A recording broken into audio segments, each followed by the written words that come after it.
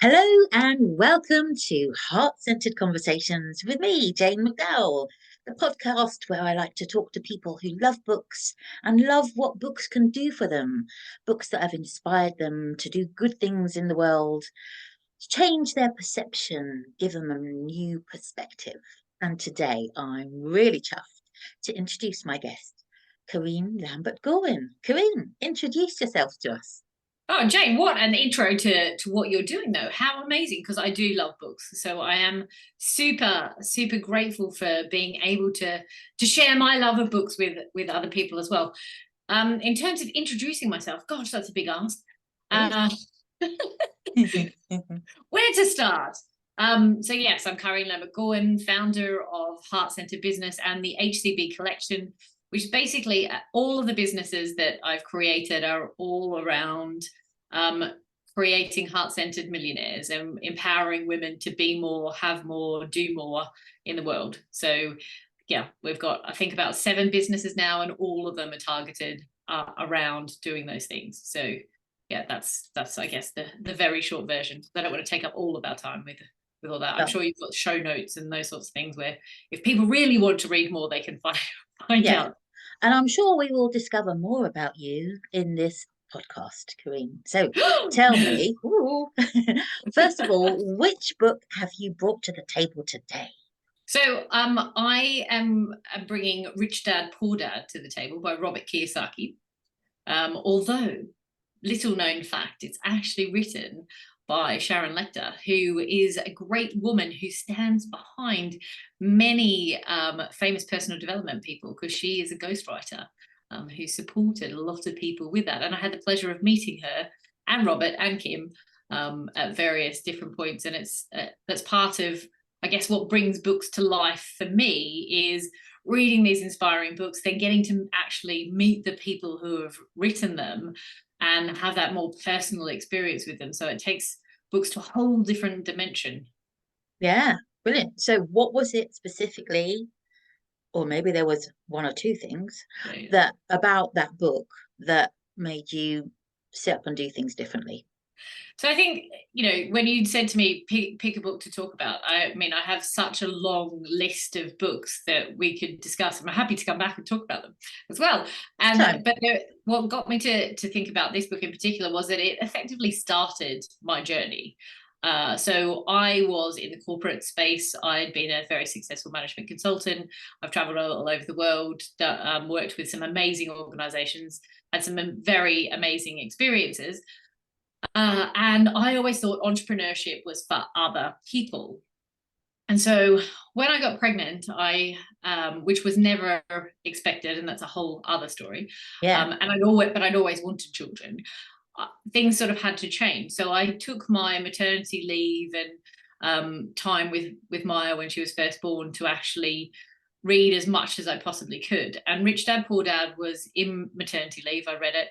And it was the first introduction to, I guess, that understanding that it was possible for me. I didn't just have to be an employee. I could do something different. I could be different. It wasn't other people do that.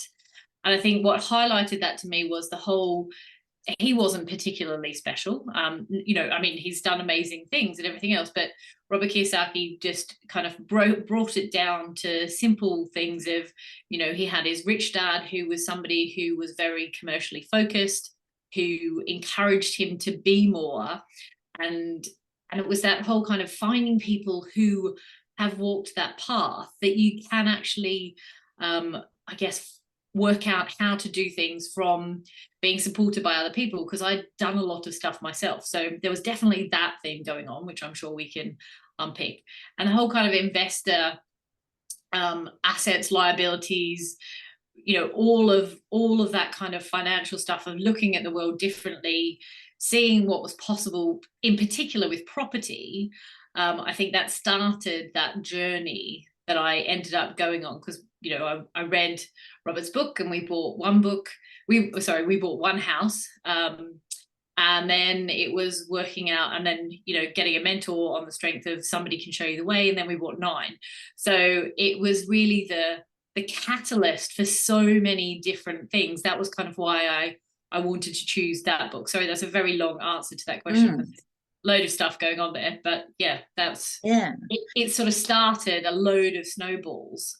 Yeah. So I thought if other people hadn't read it, it was possibly to give them some insight into what's possible if for any book. Like if a book really talks to you, it can start a journey that you have no idea where it might end when you take that first step.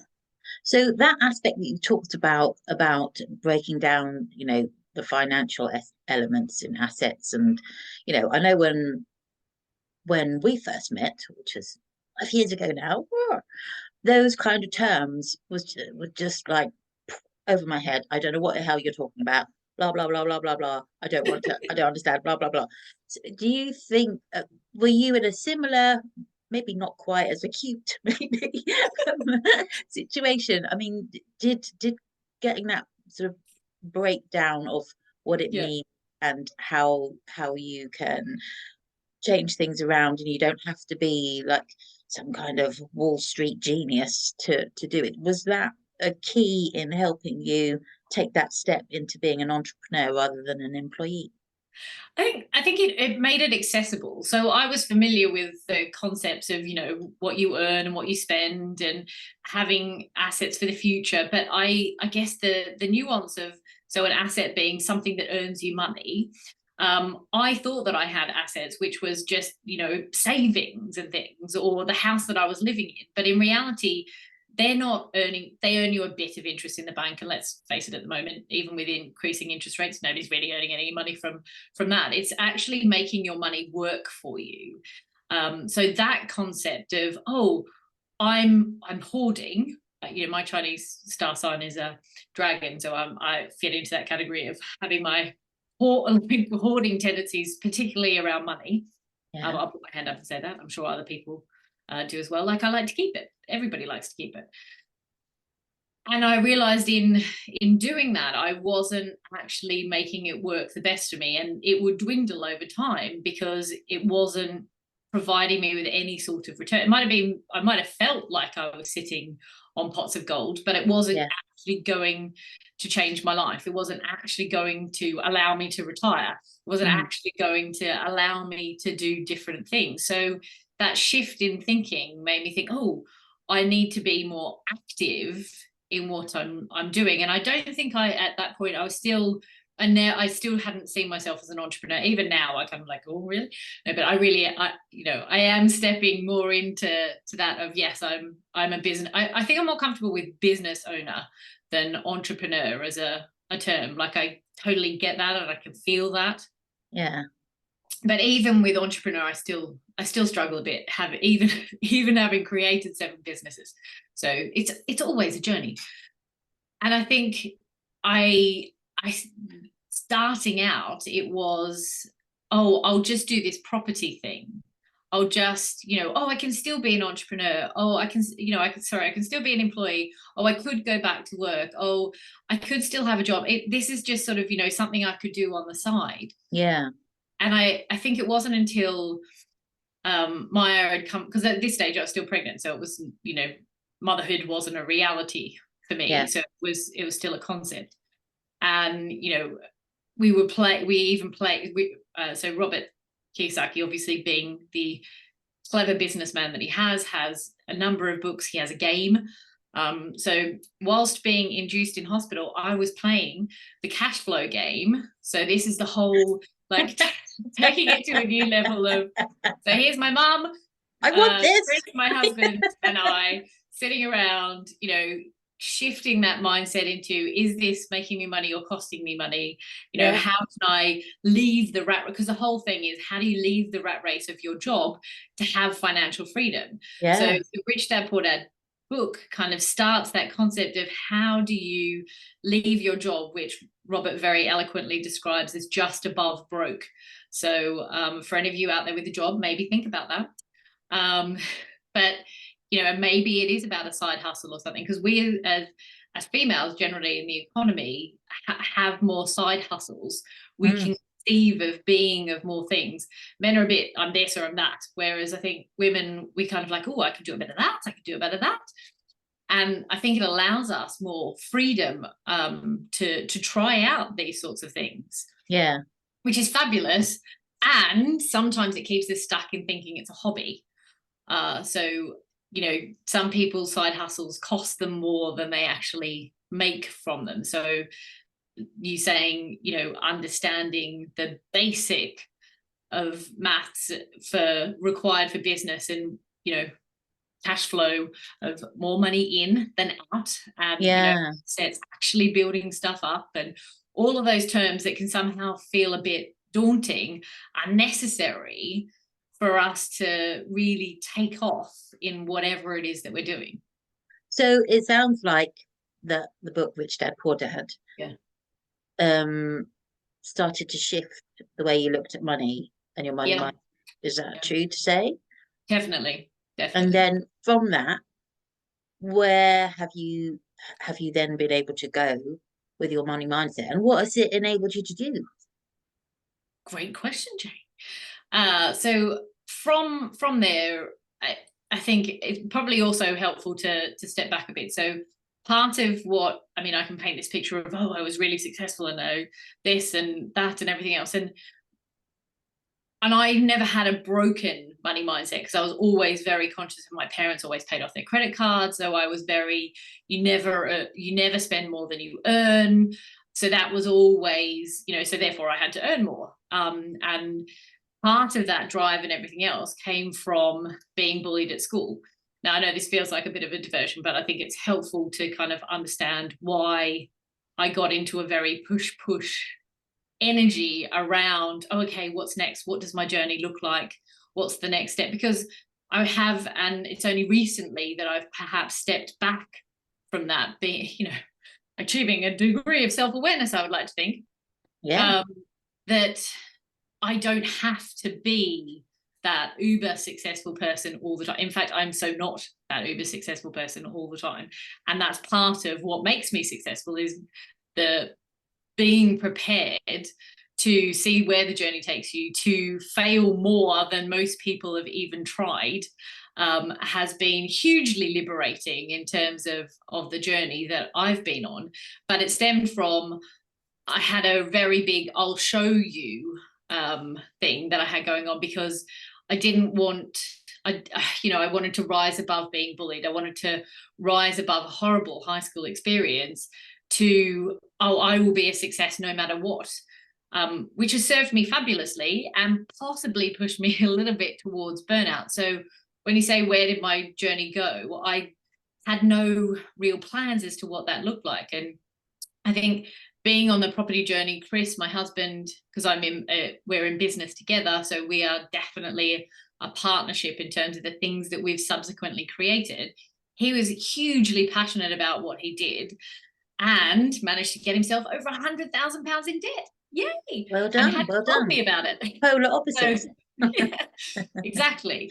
And I think, so when you say, where did that journey go? So I was very aware that we had a massive hole to fill, in terms of the debt that Chris had brought with him to our relationship. And I was really couldn't work out how I could go back to work and be that uber driven, always there type person, and be the mum that I wanted to be. So Rich Dad Poor Dad allowed me to see that there was a different way of doing things, a different journey. So I got to be 100% mum who is there. Well, I'm mummy, I don't do mum, but I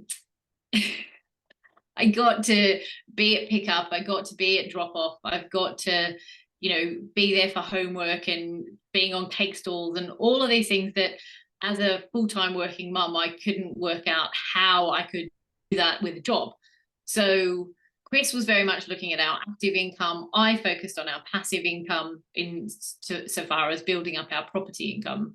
It's classified as passive because you're not actually out there creating revenue on a daily basis, because you buy a property, I do them up, I then rent them out to professionals and young single mums, and I've got some asylum seekers and all sorts of different people who I provide quality, affordable accommodation to.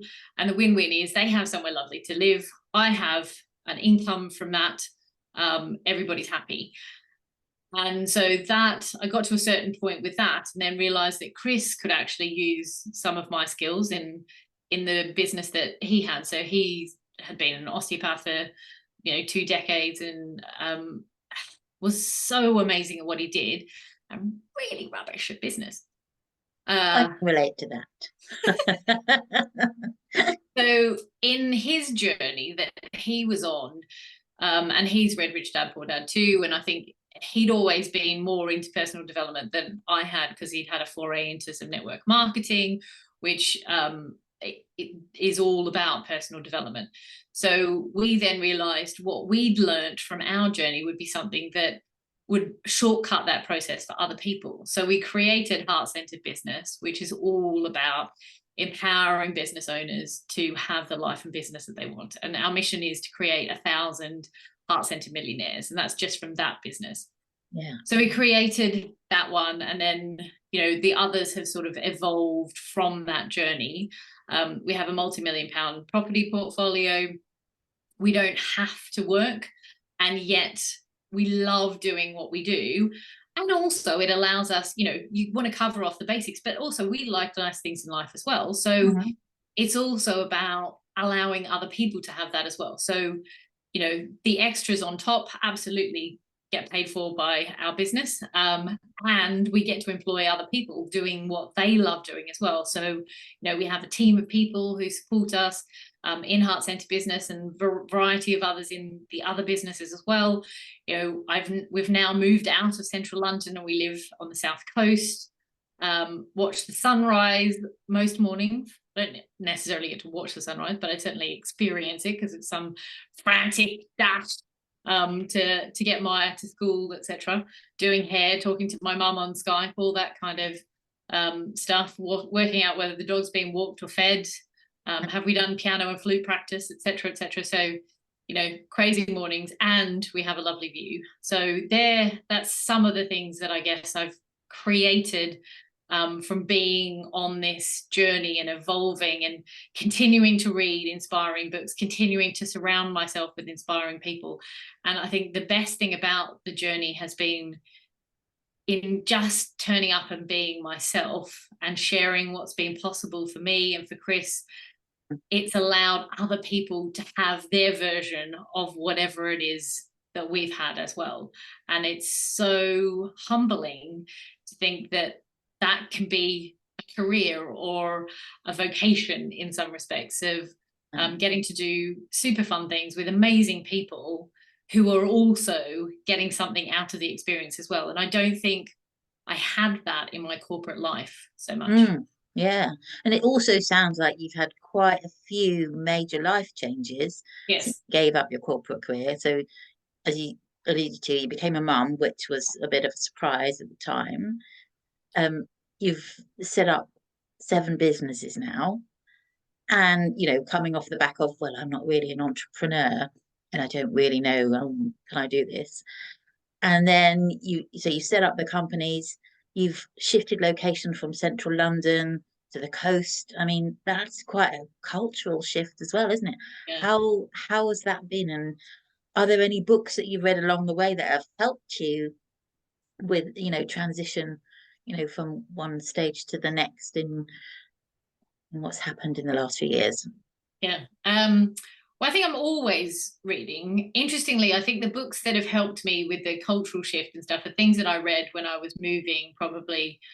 So I started life in Australia, although my parents are both New Zealanders. And then I was in Singapore for a bit, and then I moved to the UK. So I'd already had some of those cultural shifts of country hopping. And I read Holy Cow by Sarah McDonald, which is a story of her traveling through India and experiencing that whole kind of culture shock. And there's another one, I think it's another Sarah, ironically, called Almost French.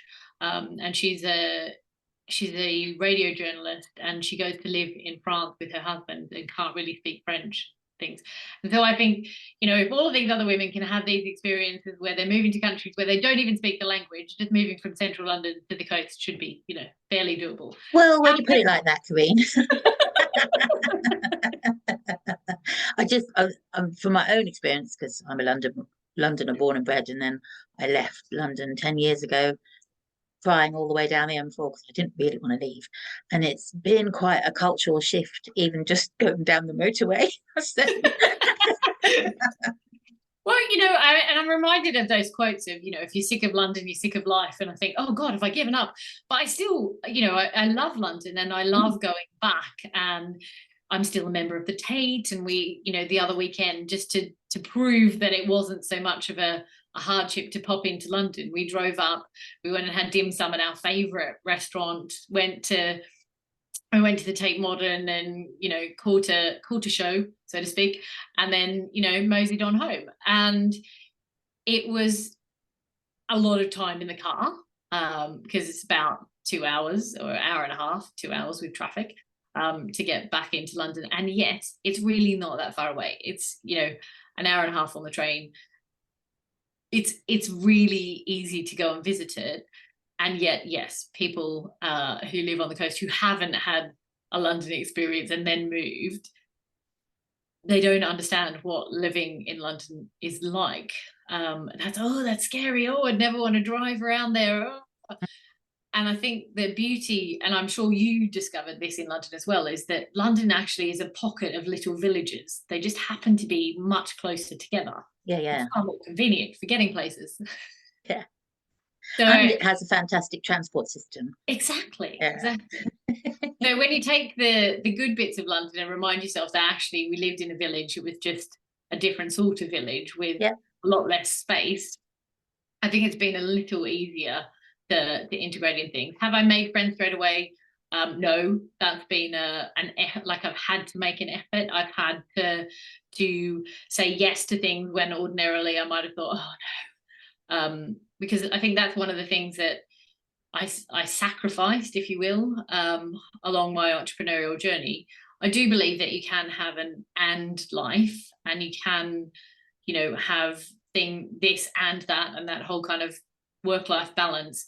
But I don't see it as a balance per se. So Randy Zuckerberg's Pick 3 book that I read recently called 4,000 Weeks. It's that whole, you absolutely can have what you commit to have, and just recognize that actually making that powerful decision to have those things means that some things will go by the wayside. And it's about timing. So it might be that I forewent, some mummy friend activities and developing close. I've got a few good relationships. I don't have loads of good relationships. I don't have a huge acquaintance social life, but I've got some key people that I took the time to have relationships with. So going, oh, I have to go and do social things, because sometimes it does feel that way, particularly when you're juggling, motherhood, businesses, dogs, life, the universe, all that kind of stuff does feel like, oh, I've got to go and be sociable and talk to people. And particularly when part of your job is talking to people, you think, oh no, I'm just talked out. I just want to sit in front of the TV and watch something, or, escape into my latest book. So I have had to make more of an effort to befriend people, or to do activities that I enjoy and be okay with doing that, and not taking the guilt of, oh, I should be this, that, or the other thing. So, because I know that we all experience that of what should I be doing now? As a business owner in particular, there's an endless list of things that you could be doing. And and if you don't look after yourself, nobody else is going to. And if you are your business, it's even more important that you put yourself. But it's taken me years to get to anywhere near that level of understanding and appreciation, because again, it was always, I would sacrifice myself for whatever the next push was. So on that, that theme of finding time for yourself, finding the fun in life, and not just being totally head down in your business or your career, what other books have you read that you absolutely adored, that are fiction, and fun? I love fiction. I probably reading more fiction than anything else at the moment, and I guess my personal development stuff switched onto podcasts because it's easy to listen to them whilst you're driving. and normally the Audible options as well. So my daughter is a huge reader as well. So Maya is a massive reader. And as a family, we listen to loads of audiobooks. So all of the Percy Jackson series, Riordan, where it's a modern take on gods and myths. And we've been through the Romans and the Greeks and the Egyptians and the Norse. So this whole kind of teenagers as demigods concept, and them fighting battles and saving the world, they're hugely enjoyable. And yes, they're Maya's books, but as a family we listen to all of those. I've just recently come across Ali Sparks, again this is audiobooks with Maya, which are some great adventure type stories of all of these children who have special abilities of illusionists, or they can telekinesis and can move objects, and one boy can shift into being a fox. So he's I like it. I know. So this whole experience of life as a boy and life as a fox and things, which is really fun. So I've been enjoying those. For myself, however, so I'm part of a book group at school. Nice. So we've just read The Echo Chamber, which is a very interesting take on dysfunctional families as a result of social media. So it's... Oh, wow. Amazing. That sounds really interesting. Yeah. They are total, like, of any bad thing you could think of that would come out of social media, this entire family has it going on. So, the dad's a celebrity, the mum's a writer, she's having an affair with the guy she was on Strictly Come Dancing with, and he's also had an affair with her kids, and the children are totally dysfunctional, and it's all Twitter rules their lives, and you don't speak to anybody if they're not on social media, and it's just like the litany of disasters that is created in this book is quite hilarious. So, is it intentionally humorous? Yes, yeah, it is intentionally humorous, because otherwise you just think, oh my god, why? So yeah, it sometimes tries a little bit too hard, but no, it is definitely a different perspective on social media. I've also thoroughly enjoyed some really strong female protagonists so Phillipa Gregory, I haven't read a lot of her books, but my mother-in-law read a book called Tideland, which is ironically around the Chichester sort of area, which is where we've moved to, and kind of down into the coastal area around Pagham, etc. And so it's kind of the area that we've lived in. So this was my introduction into Phillipa Gregory. Love her or hate her, she's sort of a historical fiction writer, but with a main sort of female bent. So Tidelands, and then was followed by Dark Tides, followed by Dawnlands. So I got all the mothers at school in our book group to read that, and they looked at this book and went, oh my god, it was on Audible. And I was like, well, I read the book, I don't know how many hours it was. You can listen at 1.5 speed. That's another top tip, Jane, for anybody listening to audiobooks and running out of time in their life.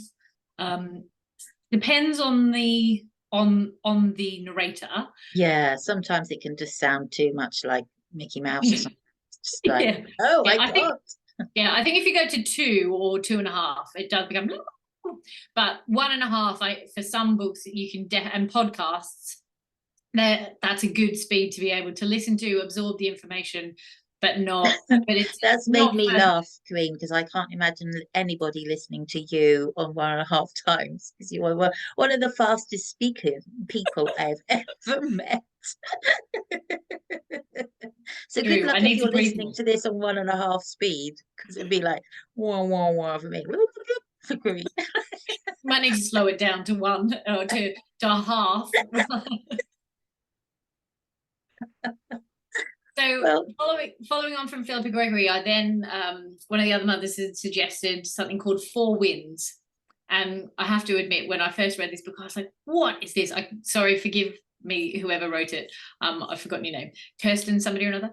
But she also wrote Firefly Lane, which some people might have seen, it's a Netflix series with Catherine Hegel, I think, is in it. I think that's who it is. And that's really I really enjoyed that, but it's all about women's relationships. So Firefly Lane is 2 best friends and their relationship over time and how it evolves. Four Winds is mother-daughter relationship. And then following from that, I read The Nightingale, which is, so Four Winds is set around the Texas Dust Bowl and the mass exodus of all of the people in those states that went to California. And I had no idea about this history, so it was really educational from that perspective, and very powerful in terms of mother-daughter relationship. There are a few moments where I was like, where is this going? But I really wanted to find out what happened. Sad ending, warning. Well worth reading. Yeah. And then following from that, because I like to find authors that I really enjoy the story and then read everything that they've written. Yeah.